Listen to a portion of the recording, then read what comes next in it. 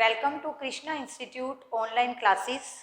Students, last video में हमने principles discuss किए थे बाय एफडब्ल्यू टेलर और आज मैं अपनी वीडियो को कंटिन्यू कर रही हूँ उन्हीं की कुछ टेक्निक्स के साथ। उन्होंने हमें principles of management, I will say scientific management के जो प्रिंसिपल्स थे वो टेलर ने दिए थे and that's why he is also known as father of scientific management. उन्होंने मेनली 4 प्रिंसिपल्स दिए थे। आई होप कि आप सबने जो वीडियो है अटेंड की है और आपको ये टॉपिक लर्न हो गया होगा। कौन से थे हमारे 4 principles? Cooperation, not individualism, and harmony not discord. ठीक है। थर्ड वन था हमारा increase efficiency of worker to their maximum level. Okay, ठीक है। तो ये सारे प्रिंसिपल्स जो हमने डिस्कस कर लिए थे कल अच्छे से।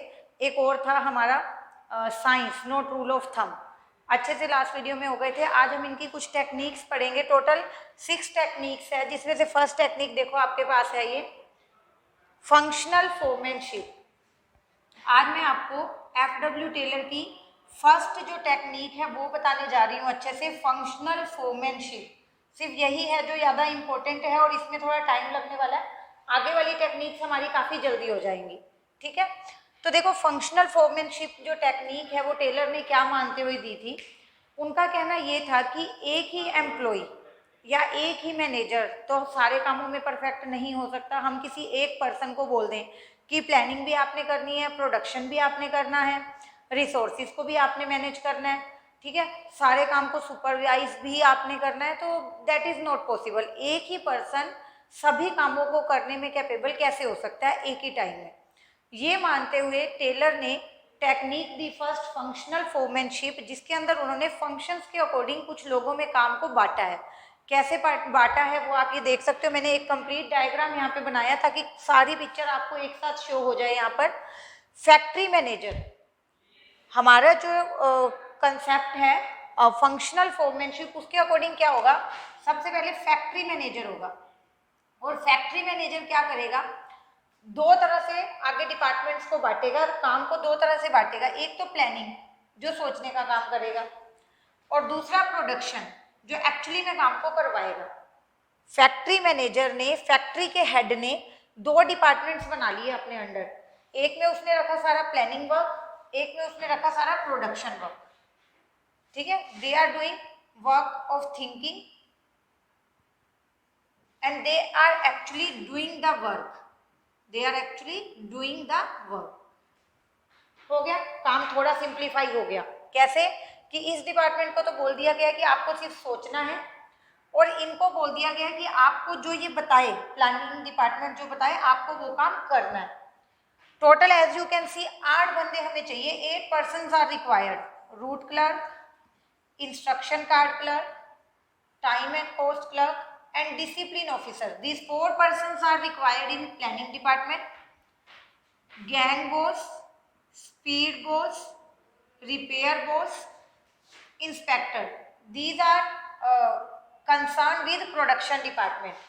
Means planning से related काम ये करेंगे, और एक्चुअली में जो काम हो रहा है उससे रिलेटेड जो एक्टिविटीज हैं कि सुपरवाइज करना है, इंस्पेक्शन करनी है, वो वाला काम ये वाले जो क्लर्क्स हैं, ये वाले जो हेड्स हैं वो करेंगे।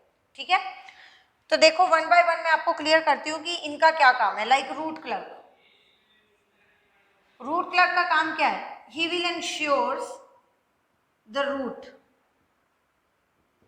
रूट इंश्योर करेगा, मतलब स्टेप बाय स्टेप, एक के बाद ये एक्टिविटी, 2 के बाद 3 के बाद 4, कैसे स्टेप में। ठीक है। Like ABCD, there are 4 functions. तो he will decide the route कि first of all we have to perform A activity, then B, then C, then D।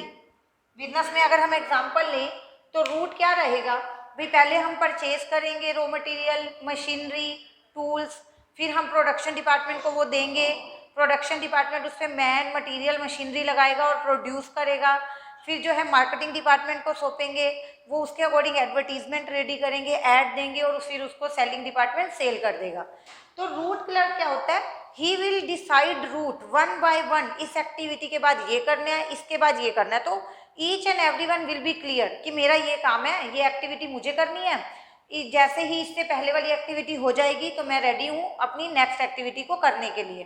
तो इससे क्या टाइम और कॉस्ट सब बचेगा, एफर्ट्स भी बचेंगे, और ना ही डुप्लीकेशन होगा कि एक ही काम बार बार हो रहा है, ऐसा कुछ भी नहीं होगा, क्योंकि रूट इज वेरी क्लियर। और ये काम किसका है? रूट क्लर्क का। Second, as you can see, instruction card clerk. Instruction card clerk जो इंस्ट्रक्शंस देने का काम करेगा। ये क्या करेगा? इंस्ट्रक्शंस देगा कि कौन सा काम करना है, कैसे करना है, कब करना है। इंस्ट्रक्शन कार्ड क्लर्क अपने वर्कर्स के लिए सारे इंस्ट्रक्शंस को रेडी करेगा। व्हाट टू डू, आपने क्या करना है, व्हेन टू डू, कब करना है, हाउ टू डू, कैसे करना है, मतलब सारे इंस्ट्रक्शन, कब आना है, कब जाना है, कब रेस्ट करना है, सारे के सारे इंस्ट्रक्शंस जो है वो इंस्ट्रक्शन कार्ड क्लर्क जो है मेंशन करता है। उसके बाद नेक्स्ट आप देख सकते हो time and cost clerk. Name से ही क्लियर हो रहा है, time and cost clerk. Time clerk means कि वो टाइम एंड कॉस्ट क्लर्क एक ही पर्सन रहेगा जो टाइम और कॉस्ट को इंश्योर करेगा। वो ये देखेगा कि विद इन गिवन टाइम ये काम हो जाना चाहिए, मतलब एक एक्टिविटी के लिए या एक काम के लिए वो टाइम डिसाइड कर रहा है कि within 1 hour, within 1 week, within 1 month ये काम पूरा होना चाहिए। तो वो time and cost clerk insure करता है कि जो टाइम हमने डिसाइड किया था क्या उसी टाइम में वो काम हो गया है। उसी टाइम में अगर वो काम नहीं हुआ तो क्या रीजंस है उसके पीछे, उसको कंट्रोल करने की कोशिश करेगा या फिर अपनी प्लानिंग को सुधारने की कोशिश करेगा। उसके बाद कॉस्ट क्लर्क जो कॉस्ट डिसाइड करता है कि लाइक मटेरियल कितने तक का आ जाना चाहिए, लेबर कॉस्ट, एम्प्लॉइज को वेजेस जो दिए जाते हैं उसको लेबर कॉस्ट बोला जाता है, वो कितनी होनी चाहिए। तो यहाँ पर जो टाइम एंड कॉस्ट क्लर्क है वो टाइम भी इंश्योर कर रहा है और कॉस्ट भी इंश्योर कर रहा है कि कितने का मटेरियल लगेगा, लेबर कॉस्ट कितनी आएगी, एक पर्टिकुलर यूनिट हम प्रोड्यूस कर रहे हैं तो उसमें इतने रुपए का मटेरियल और इतने रुपए की लेबर कॉस्ट हमें पड़नी चाहिए, ताकि फाइनली उसमें अपना प्रॉफिट मार्जिन ऐड करके हमें उसको इतने प्राइस में सेल करना है। क्लियर है ये सब आपको? And last is discipline officer. Discipline maintain करता है। नाम से देखो, चारों में आपको नेम से ही क्लियर हो जाएगा। रूट क्लर्क रूट डिसाइड किया कि एक के बाद कौन सी एक्टिविटी होगी। इंस्ट्रक्शन कार्ड क्लर्क इंस्ट्रक्शंस दिए कि कब काम करोगे, कैसे करोगे, कुछ समझ नहीं आएगा तो किससे पूछोगे। टाइम एंड कॉस्ट क्लर्क जिसने टाइम और कॉस्ट डिसाइड की है। एंड डिसिप्लिन ऑफिसर जो डिसिप्लिन, क्योंकि डिसिप्लिन होना बहुत ज़रूरी है ना, आपके वर्कर्स में, मैनेजर में, कंपनी के हर पर्सन में डिसिप्लिन होना बहुत ज़रूरी है। टाइम पे वो आ रहे हैं वर्कर्स, टाइम पे जा रहे हैं, जितने टाइम का रेस्ट इंटरवल रखा गया है उतना ही ले रहे हैं। तो डिसिप्लिन जो है वो बहुत ज़्यादा ज़रूरी है कंपनी में, ताकि each and every activity should go on smooth manner. अगर आप चाह रहे हो कि सारी ही एक्टिविटीज़ बिना किसी इंटरप्शन के, बिना किसी रुकावट के होती रहें, तो कंपनी में, फैक्ट्री में डिसिप्लिन का होना बहुत ज़रूरी है। और उसके लिए आपने ऑलरेडी एक हेड अपॉइंट किया, डिसिप्लिन ऑफिसर। ठीक है, कर लोगे आप? तो ये हमने क्या पढ़ा था? प्लानिंग। भी ये जो चारों क्लर्क हैं, ये चारों क्लर्क जो है वो क्या काम कर रहे हैं? प्लानिंग का काम कर रहे हैं, सोच रहे हैं, और आगे किसको? अपने वर्कर्स को बता रहे हैं। इनके अंडर जो है वर्कर्स रहेंगे जो एक्चुअली में काम करेंगे। ये सारा कुछ वर्कर्स के लिए किया गया। रूट क्लर्क वर्कर्स को बताया जाएगा कि कौन सी एक्टिविटी कब करनी है, कैसे करनी है। इंस्ट्रक्शन कार्ड क्लर्क जो है वो इंस्ट्रक्शन वर्कर्स को ही देगा ना, कि आपने कब आना है, कब जाना है, कैसे काम करना है। टाइम एंड कॉस्ट क्लर्क भी वर्कर्स को बताएगा कि within 2 hours you have to finish this work, 2 घंटे में ये काम हो जाना चाहिए। और डिसिप्लिन ऑफिसर भी किसके लिए डिसिप्लिन मेंटेन कर रहा है? वर्कर्स के लिए। देख रहा है, टाइम नोट कर रहा है, कौन कब आ रहा है, कब जा रहा है, सारा मतलब वो डिसिप्लिन में है नहीं है, कोई ऐसा तो नहीं है ग्रुप बना के बातें कर रहा है। तो सारा डिसिप्लिन मेंटेन करने का काम डिसिप्लिन ऑफिसर का। तो मतलब इन चारों के अंडर कौन आ गए? Workers. Now move to this section, production. इसमें जो एक्चुअली में काम करने वाले लोग हैं उनको सुपरवाइज किया जाएगा। जैसे गैंग बॉस। गैंग क्या होता है? ग्रुप ऑफ पर्सन्स, लाइक 10 लोगों की एक गैंग बना दी और गैंग बॉस जो है वो उनका हेड है। ठीक है, तो गैंग बॉस का काम है वो देखना कि सारा का सारा प्रोडक्शन अच्छे से हो रहा है या नहीं हो रहा। प्रोडक्शन के लिए जितने वर्कर्स चाहिए वो हैं, प्रोडक्शन के लिए जितना मटेरियल चाहिए वो है, जो मशीन चाहिए वो है, मतलब कंप्लीट गैंग बॉस अपने गैंग को सुपरवाइज करेगा। 10 लोगों का हेड है ये, तो वो 10 लोगों के पास required material, required tools, required machinery, वो सब कुछ है या नहीं है, वो गैंग बॉस इंश्योर करता है। He will ensure the availability of material, machinery, tools etcetera. ठीक है, सिंपल है।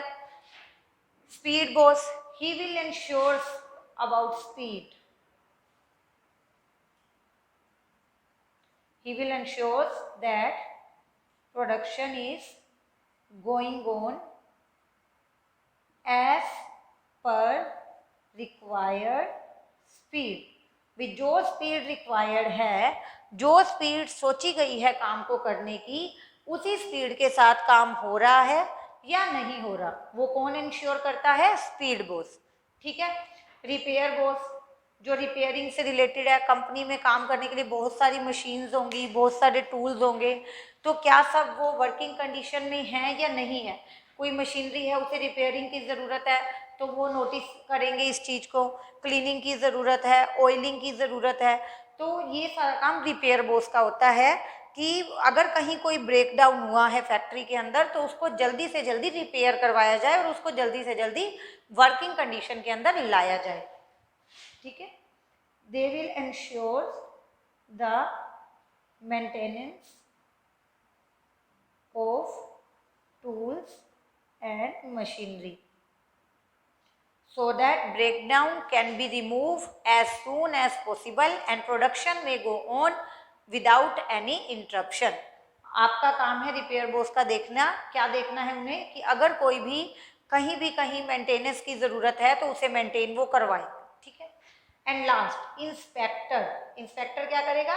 सिंपल, इंस्पेक्शन करेगा कि काम ठीक हो रहा है, क्या जो प्रोडक्ट बना है वो अच्छी क्वालिटी का बना है, स्टैंडर्ड साइज का बना है। मेनली ये इंस्पेक्शन करते हैं क्वालिटी को लेकर, क्वालिटी इंस्पेक्शन करता है इंस्पेक्टर कि प्रोडक्ट बन के रेडी है तो जो उसकी क्वालिटी है वो एक्सेप्टेबल है या नहीं है, अगर एक्सेप्टेबल नहीं है तो कैसे उसके अंदर इम्प्रूवमेंट लाई जाए। ठीक है। तो ये आज जो हमने फर्स्ट टेक्निक डिस्कस की है दैट इज़ वेरी इंपॉर्टेंट, इसमें से आपका क्वेश्चन भी आता है, इसलिए मैंने आज इस पर टाइम लगाया है। जो बाकी की टेक्निक्स हैं वो सारी की सारी हम एक ही वीडियो में कवर कर सकते हैं, बट ये मोस्ट इंपॉर्टेंट थी इसलिए मैंने इसको अकेले को आज डिफाइन किया है।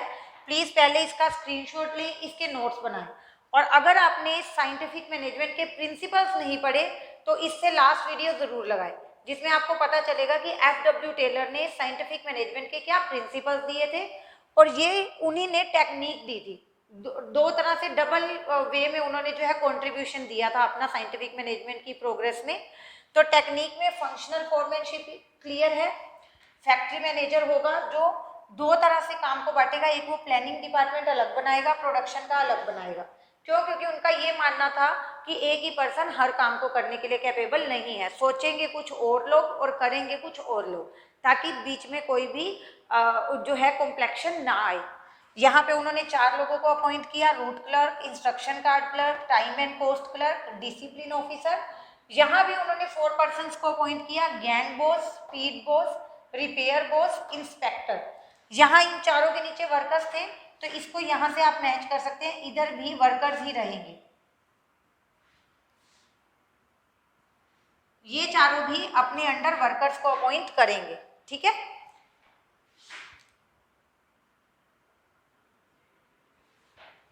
तो ये 8 मेन पर्सन्स हो गए जो थिंकिंग, प्लानिंग एंड जो है इंस्पेक्शन एंड स्पीड इंश्योर कर रहे हैं, रिपेयर का काम कर रहे हैं। बट इन चारों के नीचे और इन चारों के नीचे वर्कर्स रहेंगे। वर्कर्स कौन होंगे? Who do actually perform there task. ठीक है। Thank you so much.